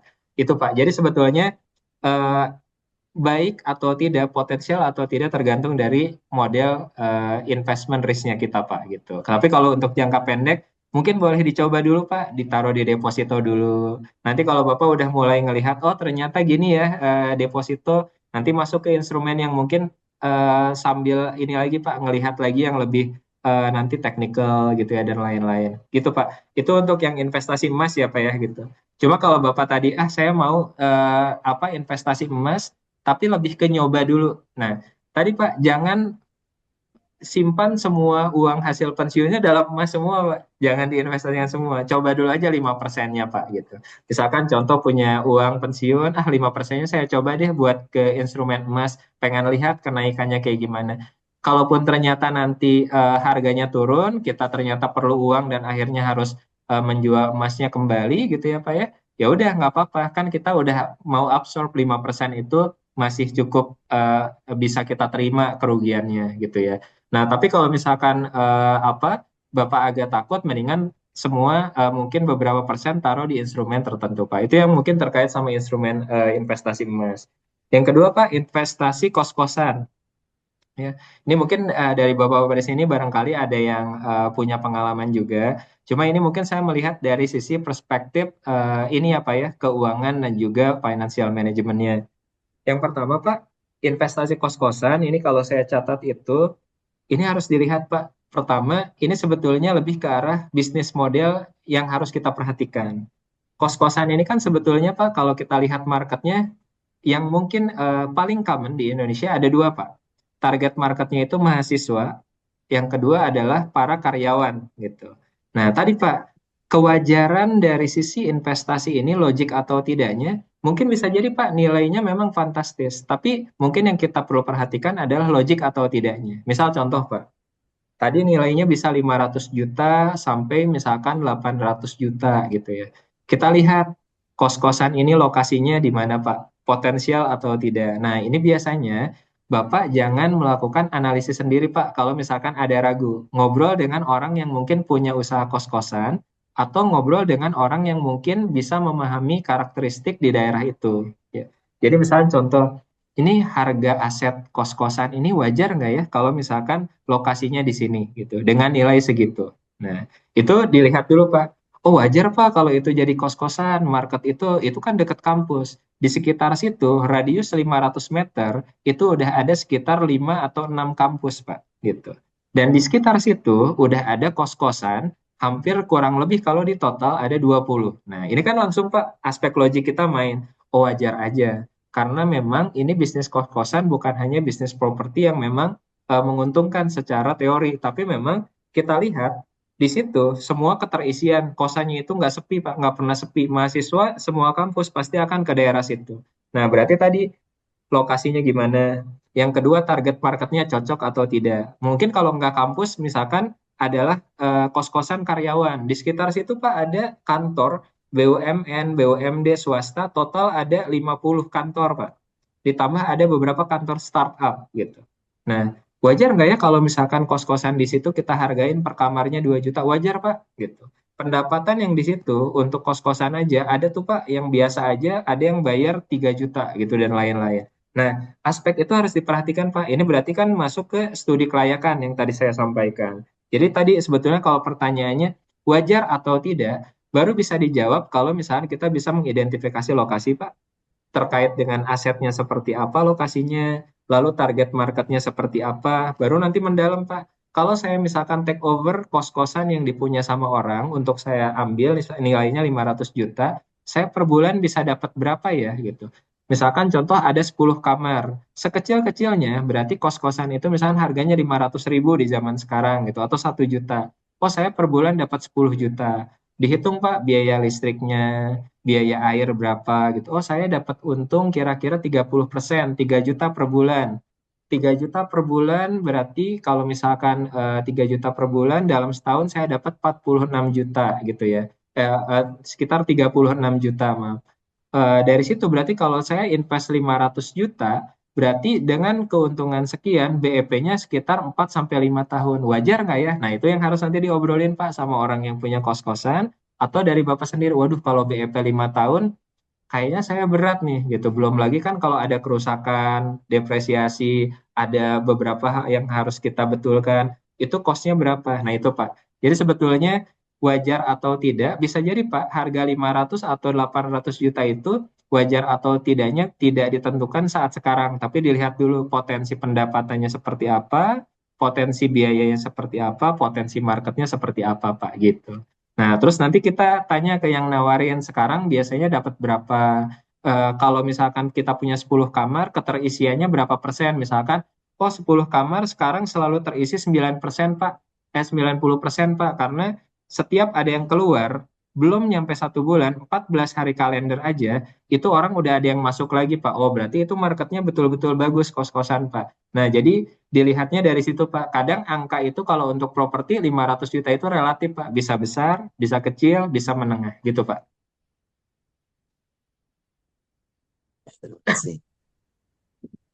Baik, makasih. Mudah-mudahan Pak Sukma mudah-mudahan terjawab ya poin-poinnya Ya. tadi ya.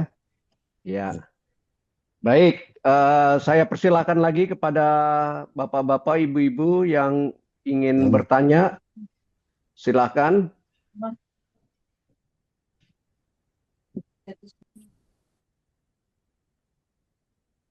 Nggak ada. Mungkin Mas Wahono mungkin untuk pancingan. Iya, saya sih nggak bertanya. Cuman sekali lagi saya terima kasih dulu ke Pak Nizar, Pak Tony, dan juga teman-teman semuanya. Karena sesi malam ini sengaja kami undang karena eh, paling tidak untuk menambahin inilah ya bekal bagi teman-teman yang mau bekerja sama sama temannya, jangan sampai lebih ke prevention lah ya. Jangan sampai nanti kelihatannya bagus di depan tapi belakangan karena ada kelalaian sehingga kita nyesal gitu ya. Jadi lebih ke arah itu. Makanya sengaja ditawarkan di sini, mudah-mudahan teman-teman yang tertarik bisa banyak menimba ilmu dari apa yang disampaikan Pak Nizar dan juga mungkin nanti Pak Tony. Dan satu lagi ke teman-teman semuanya, saya sempat kepikiran kalau sesi ini dirasa bagus, nanti mungkin kita bisa minta hard copy-nya itu ya, soft copy-nya gitu ya Pak Nizar ya, biar kita bagi ke teman-teman. Boleh, Pak. Sehingga kalau ada yang nggak jelas, paling nggak itu jadi referensi untuk dipelajari. Dan kalau ada yang nggak jelas, mungkin bisa ditanyakan terus mudah-mudahan tidak keberatan untuk menjawab gitu ya Pak Nizar dan Pak Tony. Itu aja dari saya tambahnya, Mas Halo, Nizar. Assalamualaikum. Baik, ya, baik. Terima kasih. Assalamualaikum. Silakan, baik. Siapa? Assalamualaikum. Bisa nambahkan, Waalaikumsalam. Pak? Silakan, Pak. Silakan, Pak. Nah, kayaknya belum ada yang masuk. Selagi ada saya teringat gitu kan. Eh, Setahun yang lalu itu saya pernah tapi saya belum pernah coba masuk gitu kan. Tapi mungkin Pak Nizar atau pembicara pemateri malam ini lebih paham tentang kan yang saya tanyakan ini. Itu tentang suku suku syar'i gitu. Suku syar'i dengan deposit gitu. Kalau deposit ini kan sudah jelas juga, udah tahu juga kita. Tapi kalau kita lihat antara suku syar'i dengan deposit ini, gimana dari segi margin keuntungannya? Karena kalau para guru ini pensiunnya kan juga tidak besar-besar juga angka-angka uang pensiunnya gitu kan. Tapi dengan adanya bentuk penanaman uang di tempat-tempat tertentu gitu kan bisa menambah untuk bekal di hari pensiun gitu. Jadi yang inti pertanyaan saya itu adalah dua tentang suku syar'i itu menanamkan uang di usaha pembangunan yang ada di Indonesia gitu. Dan termasuk apa di antara dua itu antara suku syar'i dengan deposit ini gimana dari segi peluangnya ataupun dari segi keuntungannya. Barangkali itu saja. Mohon maaf. Assalamualaikum warahmatullahi wabarakatuh. Saya Sukma Jaya. Waalaikumsalam warahmatullahi wabarakatuh. Baik Pak, kalau terkait dengan sukuk, tadi betul ya. Jadi sukuk itu sebetulnya surat berharga yang memang biasanya ditawarkan ya oleh pihak negara, biasanya dalam suatu proyek tertentu. Biasanya nanti kita tulis aja Pak sukuk yang sedang dijual saat ini gitu ya di Google. Nanti biasanya ada sukuk series nomor berapa dan lain-lain, proyeknya apa. Jadi sukuk ini memang menggunakan pola di mana negara di sini yang memiliki proyek tertentu gitu ya mengajak gitu ya kepada masyarakat yang ada untuk melakukan syirkah gitu ya dalam artian untuk menanamkan dananya ke dalam proyek tersebut secara bersama-sama. Nah, biasanya kalau sukuk itu ini biasanya menjadi salah satu instrumen yang juga diminati sama halnya dengan deposito. Biasanya sukuk series segini minimal apa pendanaan yang dilakukan sekian juta misalkan contoh. Nah, ini biasanya kalau untuk sukuk karena memang sukuk juga biasanya dikeluarkan secara resmi dan di sini juga biasanya sudah ada badan yang mengawasi secara resmi. Seriesnya juga biasanya clear Pak dikeluarkan pada periode tertentu untuk proyek tertentu.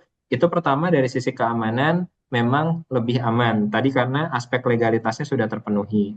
Nah, bagaimana bagi hasilnya? Nah, kalau bagi hasilnya tergantung persepsi dari sisi masing-masing. Misalkan sukuk itu biasanya menawarkan kisarannya itu misalkan bagi hasil setara 6% per tahun gitu ya. Sama halnya dengan deposito mungkin yang ditawarkan oleh Bank Hijrah atau misalkan oleh bank gitu ya.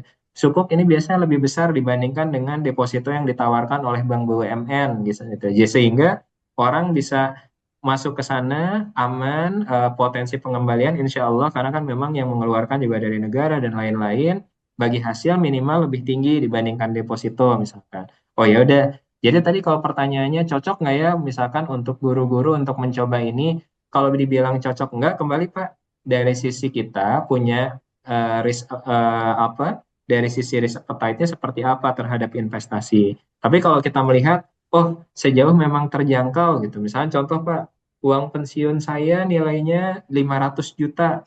Sukuk ini bisa dimulai dengan melakukan apa, pendanaan minimal misalkan 5 juta. Oh ini cuma 1% lah dari uang pensiun. Saya mau coba dulu 5 juta gitu. Nah itu bisa kelihatan Pak. Jadi ini mungkin saran buat semua. Jadi kalau misalkan sukuk tadi jawabannya boleh nggak Pak? Potensial, potensial Pak. Yang penting tadi legal dan juga ada potensi bagi hasil yang sekiranya bagi hasilnya besar atau enggak. Nah ini tergantung persepsi. Kalau ternyata 5% per tahun, 6% per tahun itu dirasa cukup, itu bisa masuk Pak ke dalam appetite untuk investasinya. Nah tadi pesan saya adalah biasanya orang yang mungkin baru mau memulai investasi itu suka takut dengan instrumen itu. Bagaimana cara kita untuk mengurangi rasa takut itu adalah tadi berinvest pada level piloting, Pak. Piloting di sini itu adalah pada level di mana saat kita kehilangan uang itu, kita masih merasa bahwa kita cukup comfortable dan memang kita masih berada pada level keikhlasan kehilangan yang pas gitu Pak, istilah saya gitu. Misalkan contoh, saya mau masuk aja deh 5 juta gitu. Nggak apa-apa, saya pengen nyoba aja sukuk tuh kayak gimana gitu. Misalkan mulai dari belajar masuknya, cara kita menempatkan dananya, isi formulirnya, terus nanti misalkan pilih periodenya gitu ya, terus nanti akhirnya sampai dapat bagi hasil. Nah, itulah periode piloting. Biasanya di dalam piloting dicoba sekecil mungkin, seminim mungkin, di mana risiko kehilangannya nanti tidak terlalu besar.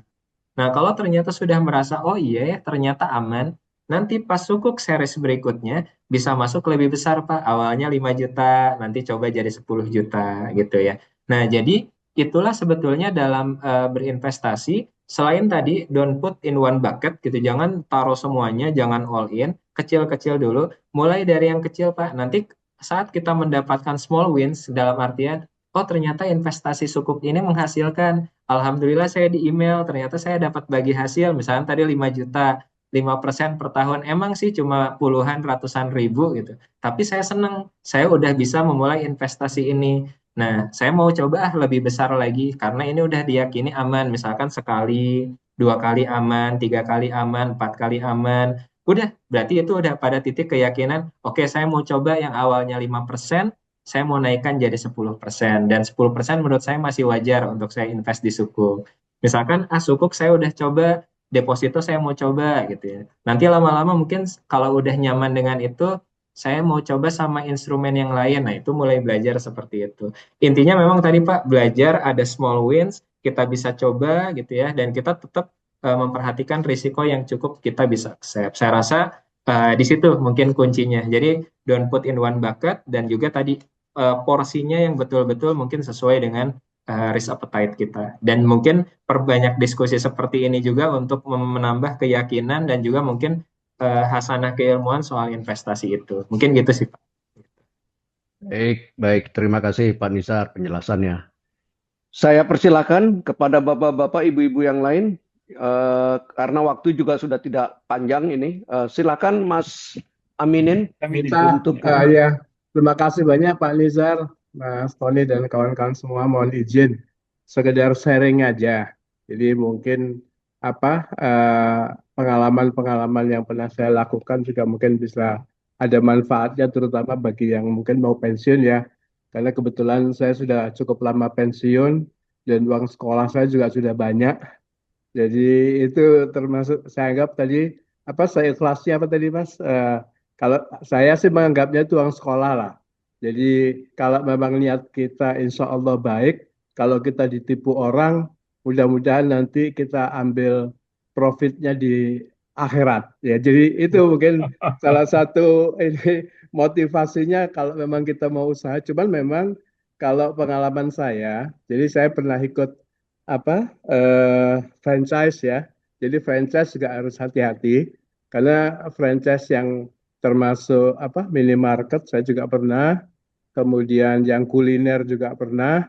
Dan memang kalau kita tidak terjun langsung, terlalu mempercayakan kepada franchisernya, itu kita lebih cenderung banyak banyak kebobolannya lah. Jadi istilahnya gitu ya. Jadi itu mereka juga melakukan apa? eh, Dikulak kembali. Jadi perasaan banyak, rame tokonya, tapi kok keuntungannya nggak ada ya. Jadi profitnya diambil oleh pegawai-pegawai itu. Tapi ya, ya alhamdulillah lah mereka kita bisa menghidupi mereka walaupun mereka curang ya. Jadi itu satu dari sisi apa franchise juga kita harus hati-hati. Kemudian juga apa dari apa teman juga memang lebih baik kita jangan ke teman dekat lah. Karena kalau teman dekat itu banyak ewoh pakai wohnya gitu ya. Jadi pengalaman saya lebih bagus kita jangan ke teman dekat. Kalau ke teman dekat ya hubungan biasa aja lah ngopi-ngopi bareng gitu ya. Jangan apa ikut berinvestasi kalau memang itu tidak appropriate. Nah, saya setuju kalau seandainya kita memang investasi lebih bagus di investasi yang resmi. Apalagi sekarang sudah banyak SMS banking dan sebagainya. Saya sering ditawarin suku dan sebagainya. Dan kalau kita langsung apa pakai SMS banking itu masuk ke sana, kita beli, terus ada transaksinya, dan begitu apa konversinya sudah selesai, kita dinotify dan kita bisa buka memang uangnya ada di sana. Dan kita juga bisa cairkan kembali. Jadi saya pikir memang kalau kita selalu pengennya kan berharap lebih ya, tapi kenyataannya jauh panggang dari api dan saya pikir memang kita juga harus hati-hati terutama kawan-kawan yang mungkin apa soalnya kita cenderung kalau punya uang banyak itu cenderung terlalu gampang mengeluarkannya dan kita tidak pengen yang kecil-kecil yang seperti cuma 20.000, 30.000 maunya 30 juta, 40 juta mas dalam sebulan gitu ya. Jadi jadi keserakahan itu juga kadang-kadang menjadi musibah. Jadi memang kita juga harus hati-hati memang mengelola itu. Cuman satu hal terakhir tuh ada teman saya cerita mengenai kripto, Mas. Jadi dia masuk dalam grup Telegram. Nah, ini sekedar sharing juga dari sharing teman. Dia di kripto itu keuntungannya berkali-kali lipat. Dia bilang 3 juta, dia bisa dapat 100 juta. Tapi untuk ngeklaim uang itu, kamu harus 80% uang kita tapi 20% uang pengelola gitu ya, pengelola. Jadi kalau mau mencairkan uang itu 100 juta, kita harus store lagi 20 juta lagi. Nah, begitu store 20 juta, uang yang 100 jutanya nggak pernah kembali. Nah, hal-hal seperti ini juga kita harus hati-hati. Saya juga nggak tahu apakah OJK ini pertanyaan ya. Apakah OJK tidak mengawasi hal-hal yang begini ini karena memang transaksinya dia lewat Telegram, kemudian transfer langsung ke bandarnya itu nama orangnya hal-hal seperti itu. Apakah bagaimana itu cara melaporkannya kalau ada kejadian penipuan seperti ini, Mas? Itu aja sih mungkin 3 hal ya. Jadi yang terakhir itu yang mungkin saya tanyakan ke Mas Nizar mengenai penipuannya itu. Terima kasih. Ya, Assalamualaikum warahmatullahi wabarakatuh. terima kasih Pak menambah ini tadi informasinya sangat luar biasa Pak, berharga. Dan itu tadi Pak memang tadi ya Pak terkait dengan yang tadi kontak yang sempat disampaikan itu nanti bisa WA ke OJK juga tuh Pak yang 081 157 157 157 itu tadi Oke. yang di remind juga. Jadi nanti bisa ditanyakan apakah memang apa ini wajar atau tidak, ini legal atau tidak pola seperti itu. Karena memang bisa dikatakan kripto ini masuk dalam gray area ya Pak, karena memang belum diatur secara resmi gitu ya, dan memang apalagi yang apa menyatakan syariah dan lain-lain dari Iya, DSN MUI juga belum menyatakan iya. statement apapun soal kripto. Jadi memang itu tadi Pak legalitas kembali lagi. Tapi nanti kalau mau menanyakan ke OJK bisa tadi Pak masuk ke Satgas Waspada Investasi ataupun masuk ke dalam pengaduan yang tadi Pak 081 157 157 157 Pak. Gitu. Oke. Makasih banyak Mas Nizar. Baik, sama-sama Pak Aminin. Terima kasih banyak. Baik, terima kasih Pak Aminin, Pak Nisar. Pak Tony, mungkin ada yang mau ditambahkan, Pak Tony? Tadi saya lihat ada kirim brosur. Oh iya, Pak Gita izin Pak Gita. Silakan, Mau Pak. menambahkan sedikit aja sih untuk apa namanya investasi deposito di Hijrah itu bisa dimulai dari angka small wins ya, yang tadi Mas Izar sempat sampaikan juga, dimulai dari 5 juta itu bisa Bapak dan Ibu semuanya bisa apa namanya dimanfaatkan dengan bagi hasil atau imbal hasil setara kurang lebih 8% per tahun ya Pak ya. Dan itu kita juga bisa apa namanya download aplikasinya bisa di App Store dan Play Store ya Pak. Jadi kita memang bank umum digital, bank syariah digital yang apa namanya semuanya itu via online Pak untuk apa namanya pembukaan rekeningnya. Jadi Bapak Ibu dimanapun berada itu tidak usah khawatir dan mungkin tidak perlu ke kantor gitu Pak ya kayak bank-bank pada umumnya. Kita kantornya ada di apa Ruko Plaza Pondok Indah 1 Pak di dekat Rumah Sakit Pondok Indah. Mana ada satu karena kita konsepnya digital jadi semua nasabah di semua daerah itu bisa download Pak. Kurang lebih seperti itu Pak gitu. Baik, baik. Terima kasih Pak Tony. Bapak-bapak, ibu-ibu, rekan-rekan semua, ada beberapa hal yang menjadi kata kunci kita pada malam hari ini yang tadi disampaikan oleh Pak Nizar. Yang pertama yang ditekankan atau yang diulang-ulang berkali-kali itu adalah legal dan logis gitu ya, double L begitu. Jadi di dalam melakukan investasi itu lihat lagi kembali apakah ini memang legal dan apakah bisnis ini adalah logis. Kemudian harus berhati-hati, jangan mengambil keputusan secara terburu-buru, apalagi ada tekanan-tekanan apa itu emosional, psikologis gitu ya. Kalau tidak sekarang nanti ketinggalan Pak, ya, itu jangan sampai mengambil keputusan terburu-buru. Kemudian juga segala keputusan itu sebaiknya didiskusikan dulu dengan pihak keluarga. Libatkan keluarga karena nanti kalaupun ada hal-hal yang tidak diinginkan, keluarga itu sudah mendapatkan informasi di awal begitu. Dan yang juga perlu kita catat bahwa lakukan verifikasi sebelum menempatkan dana kita di salah satu investasi yang akan kita pilih. Verifikasi kembali apakah memang ini terdaftar, apakah ini memang di bawah pengawasan OJK dan segala macam. Kemudian juga yang jangan lupa adalah menyisakan dana darurat sekitar 6-12 bulan untuk kebutuhan manakala ada hal-hal yang memang tidak kita perhitungkan terjadi begitu. Nah, di dalam membuat perjanjian itu hendaknya yang paling ditekankan adalah ruang lingkup kerjasamanya itu apa saja sebenarnya. Bagaimana? Karena saya yakinlah kita semua di sini sangat familiar dengan masalah kontraktual gitu. Jadi lingkup kerjasama ini menjadi penting dan para pihaknya itu siapa saja itu juga perlu diperhatikan. Selain daripada itu hak dan kewajiban juga perlu diperhatikan dan bagaimana menyelesaikan masalah bila terjadi masalah dan juga adalah bagaimana pengakhiran kerjasama apabila memang kerjasama itu akan kita akhiri itu juga perlu dituangkan ke dalam perjanjian kerjasama. Itu yang bisa saya catat, Pak Nizar. Mudah-mudahan saya bisa mendapatkan nilai 10 malam hari ini. 100 Pak, 100 Pak.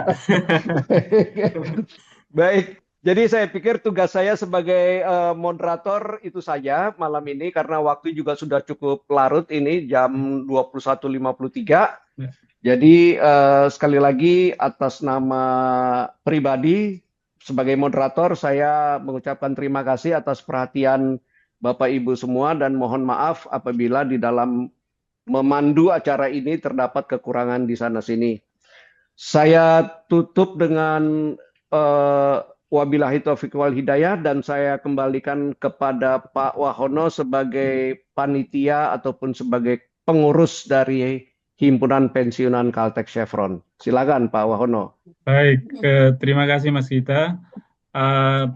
Sekali lagi saya mengucapkan terima kasih ke teman-teman semuanya yang hadir di malam ini dan khususnya special thank you ke Pak Nizar yang berkenan. Saya tadinya nggak nyangka dan kaget ternyata Pak Nizar yang present malah bagus sekali. Alhamdulillah juga Pak Tony dan teman-teman semuanya. sebelum kita tutup, kita biasanya endingnya itu kita foto jempol, Pak Nizar, Pak Tony. Jadi kita tunjukkan jempol kita